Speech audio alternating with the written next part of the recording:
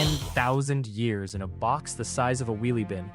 Then, you wake up, do your job for 2 years, get body snatched by your own boss, drugged into a marriage, vaporized by a wave of light, and somehow, you get the happiest ending in the entire franchise. Today we're telling the story of Power Rangers from the other side of the moon, Rita Repulsa's side.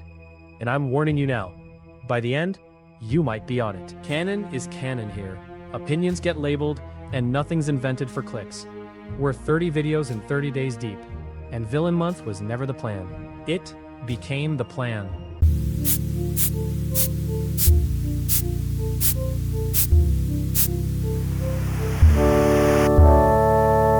Let's start where her story actually starts. Nowhere near the moon. Before we get anywhere near the moon, we have to talk about the version of Rita that never made it onto your telly. Mighty Morphin Power Rangers was built out of a Japanese show, and every frame of Rita in that first season, it's somebody else's character. Over there, her name was Bandora. Same costume, same cackle, same actress. Completely different woman. Here's Bandora's story, and it's canon in the show that footage came from. She was a queen. She had a son called Kai. Kai smashed a nest of Tyrannosaurus eggs. The mother came for him, he ran, and he went off a cliff. He died. He was a child. So his mother did what a certain kind of grieving person does in that kind of story. She went looking for something to blame and something to bargain with. She found a devil called Satan, and she sold him her soul for enough magic to declare war on every dinosaur alive. She very nearly won that war too. She had them close to extinct before anything stopped her. And here's the price she paid. The deal took her memory of Kai. She got the power to avenge her son by forgetting she'd ever had one. Read that back? She spent an unimaginable stretch of time being a monster and could not have told you why she started. The show pays it off too. Kai eventually comes back. The devil uses him as a weapon, and he dies in her arms. And it's her crying over him that finally breaks what the deal did to her. Saban's team took that character, kept the costume, kept the laugh, kept the moon palace, and left the dead son in Japan. Our reading, labeled clearly as ours, and we'll be doing that a lot today. That's the biggest thing anybody ever cut from this franchise. The most sympathetic villain origin in the entire toy box dropped on the floor because the American version needed a woman with a headache and a silly voice. Almost everything we're about to say about Rita, the show already said about Bandora. Nobody translated it. Rita, you know this intruder? Me, Master Vile, my father! Here's the canon fact most fans forget. Rita didn't choose evil. She was born into it. Her father is Master Vile, the skull-faced horror who turns up in Season 3 and terrifies even the other villains. Her brother, Rita Revolto, is a walking skeleton. That's the family. That's the dinner table. Now, the show never gives us Rita's childhood. So, what follows is our reading, and I'll label it as exactly that, a fan interpretation. But look at the evidence. When Master Vile arrives on the moon, what happens to Rita? The galaxy-conquering empress shrinks into a nervous daughter, desperate for her dad's approval, flinching at his disappointment. The writers played that completely straight. Every fan watching in 1995 recognized that dynamic from somewhere, even if they couldn't name it yet. Rita Repulsa is what happens when the family business is evil, and nobody asks the kids what they want. Canon shows us the adult. The childhood writes itself. An intergalactic sorceress who is bent on controlling the universe, with her henchmen and putty patrollers. 10,000 years ago, canon again. Rita led her forces against Zordon of Eltar. And here's the detail that matters. She lost a fair fight and got an unfair sentence. There was no final noble duel. The war ended with Rita sealed away. Alive, conscious, imprisoned in a space dumpster on a barren moon. For 10,000 years. Sit with that number. Recorded human history runs about 5,000 years. Rita was in that container twice as long as everything humanity has ever written down. With 4 henchmen and Finster. No trial, no parole, no rehabilitation. Zordon's side didn't do prisons apparently. Just eternity in a bin. Our fan theory flag goes up again here, because the show never asks this question. What does 10,000 years of solitary do to anyone? And I genuinely don't know. Nobody wrote that part. There's no episode where she talks about it. So this is me guessing, out loud, with you. When those astronauts cracked the lid in 1993, and when Rita came out screaming about conquering Earth? Was that ambition? Or was that the sound of the longest-serving prisoner in history, picking up exactly where her trauma left off? The show says, villain returns. We say, no wonder she had headaches. Oh, it's good to be free after 10,000 years. Here, your evilness, let me help you. So Rita gets to work. And across the whole first season, Canon, she loses every single week to 5 teenagers. But watch it back as an adult, and notice what else is true. Her henchmen adore her. Goldar is loyal to the end. Finster potters away in his workshop, making monsters like a proud granddad. And Rita never once throws him out, despite a 0% success rate. Squat and Babu are useless. She keeps them anyway.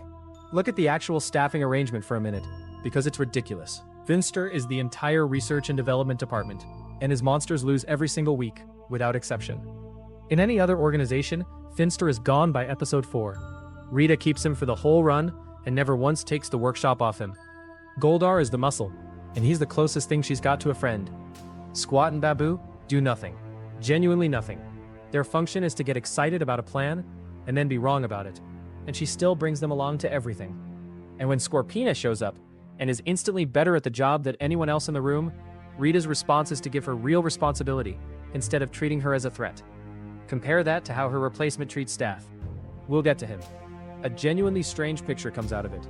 Rita ran the Moon Palace like a dysfunctional family, because a dysfunctional family was the only thing she'd ever known. She screamed, she blamed, she gave everyone migraines, and she never abandoned a single one of them. The Rangers had Zordon, the monsters had Rita. Neither side ever saw it that way. It's right there in the footage. Now let's give her the win, because she gets exactly 1 in her entire career. I am her Green Ranger and she is my queen. Tommy, she has you under an evil spell. Let me help. And it happens to be the best story the show ever told. Season 1, 5 episodes, Green with Evil. Rita's watching a martial arts tournament, and she sees a kid called Tommy fight Jason to a draw. And instead of building another monster out of a bin lid, she does something no villain in this franchise had done. She goes and takes a person. She teleports down, grabs him, hauls him up to the palace and puts a spell on him. Then she gives him powers of his own, her own ranger, in green, with the Dragon Zord, and the Sword of Darkness keeping him hers. And she points him straight at the team. And it works. That's the part people gloss over. For 5 straight episodes, Rita Repulsa is winning. Her ranger gets inside the command center. Zordon goes off the board. The Rangers are beaten, scattered, and out of ideas. And the only reason the run ends at all is that Jason gets to that sword. Every other villain this show ever had loses in 22 minutes flat. Rita ran a 5-episode campaign and had the good guys on the floor for a fortnight of your childhood. Labeled opinion. And this is the Hill. Green with Evil is the best Power Ranger story anyone has ever made, Rita's or otherwise. And every 6th Ranger arc in the 30 years since is a photocopy of it. But run it through her eyes, and it curdles. Her one great triumph is a plan built on taking a teenager, hollowing out who he was, and making him serve. Which is precisely what her own father does to her every time he's in the room.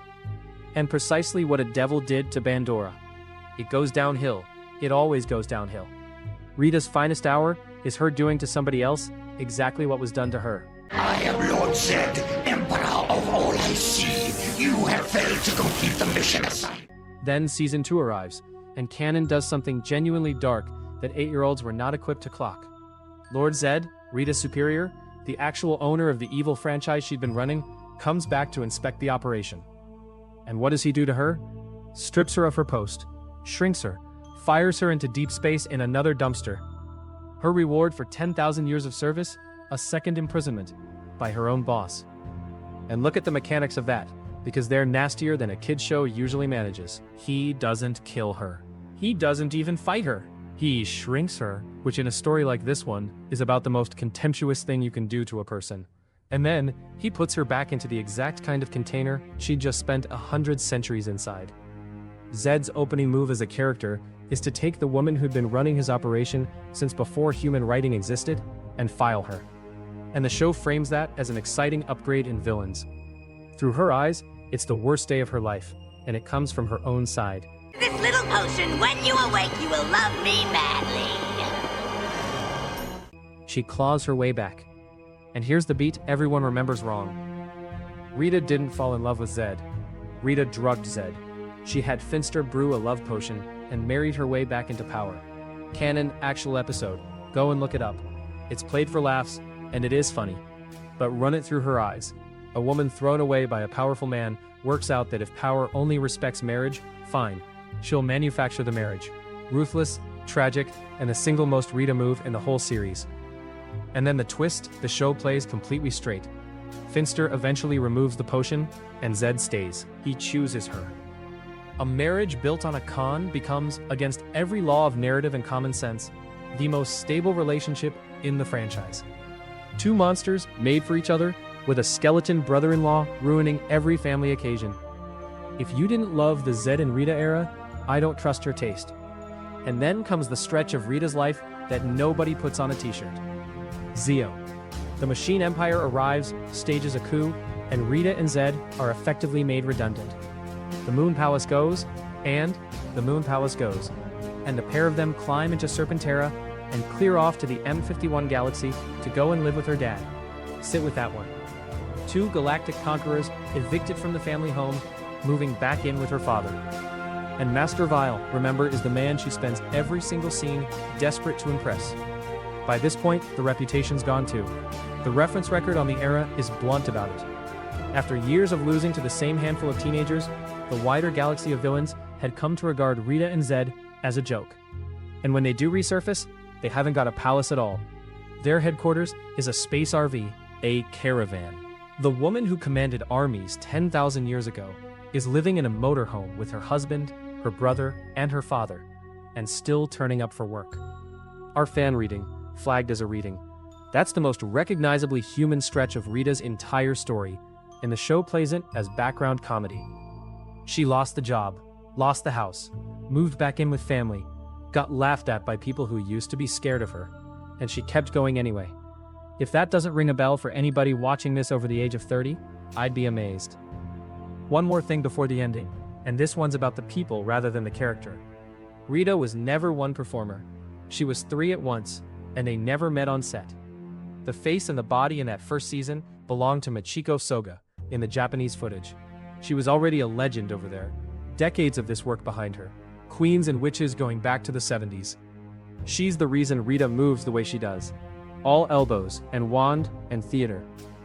The voice belongs to Barbara Goodson in a booth in America, inventing that shriek from nothing to fit a mouth she couldn't see and lines she hadn't watched being performed. That's a properly hard job, and it produced the single most quoted thing about the character. Then, from partway through season 2, when the show needed new Rita footage it could actually shoot itself, Carla Perez put the costume on and played her in America, right through to the end of In Space. Soga's face, Perez's body, Goodson's voice. One character, three performers, and most of us never once noticed the join.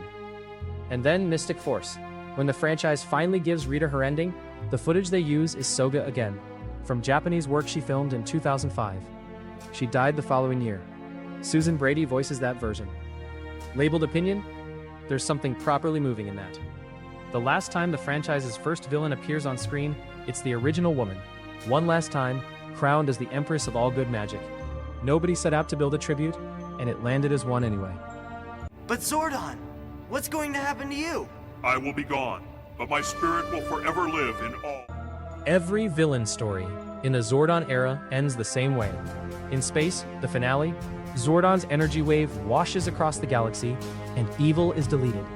Most villains turn to sand, but Rita and Zedd? Canon shows us something else. The wave doesn't destroy them, it purifies them. The armor melts away, and two humans are left standing, dancing in the light, free. Think about what the writers chose there. Of every monster in the galaxy, the two the wave decided could be saved, could be handed back their humanity, were Rita and Zedd. The story itself ruled that underneath 10,000 years of evil, there was a person worth rescuing. The franchise's first villain was never beyond saving. She was just never offered the option. And then, years later, Mystic Force drops the greatest retcon in Power Rangers history. It's Rita's ending. The season's mightiest force for good. The empress of all good magic. A being the heroes literally kneel to. It's Rita. Same character. Canon. Stated out loud in the dialogue. In a two-part finale. On a show most of the original audience had stopped watching. And as we've just said, The woman in that footage is Soga, the performer, who began the franchise as its first monster, ended it as its highest angel. No other character travels that far. Not Tommy, not anyone. From a bin on the moon to the throne of good magic, the first villain your childhood ever had got the best redemption arc television never bothered to celebrate. So, Rita's story, her side. Born to a monster, lost a war, served 10,000 years without a trial. Did the job badly, with a loyal found family of freaks. Thrown away by her boss, married him out of spite. Accidentally found the only real love in the franchise. Deleted by a wave of light that looked at her and decided, this one we save. And crowned, at last, the mother of all good magic. Was she evil? Obviously. Nothing here excuses throwing giant monsters at a city. But our fan reading stated plainly, Rita was the franchise's first victim that we all agreed to call its first villain. And the show itself, given 30 years, quietly came round to the same conclusion. The tribe thesis writes itself this week. The algorithm wants characters flattened into thumbnails. Pure hero, pure monster, rage bait. The stuff we grew up on was smarter than that. Comments. Does Rita's redemption land for you? Or was Mystic Mother a retcon too far? And genuinely, whose side are you on after this? Be brave. Next, from the dark side of the moon, the man himself, Zedd. The scariest villain the show ever made. And the reason TV parents got him cancelled. It's on your screen. Go on. Right. That's the video. If you're new here, the deal on this channel is simple. Everything we say gets checked before it goes out. No invented drama, no cursed episode nonsense, no lying to you for a thumbnail. Just the stuff we actually grew up on, told properly, by someone who was there. We're doing 30 of these in 30 days at the minute, chasing 2,500 subscribers, and every single view counts more than you'd think. So if you've got a correction, or a memory from back then, put it in the comments. We read them. Half the ideas on this channel came from someone in there going, hang on, you missed one. And there's another video waiting on your screen right now. Go on then.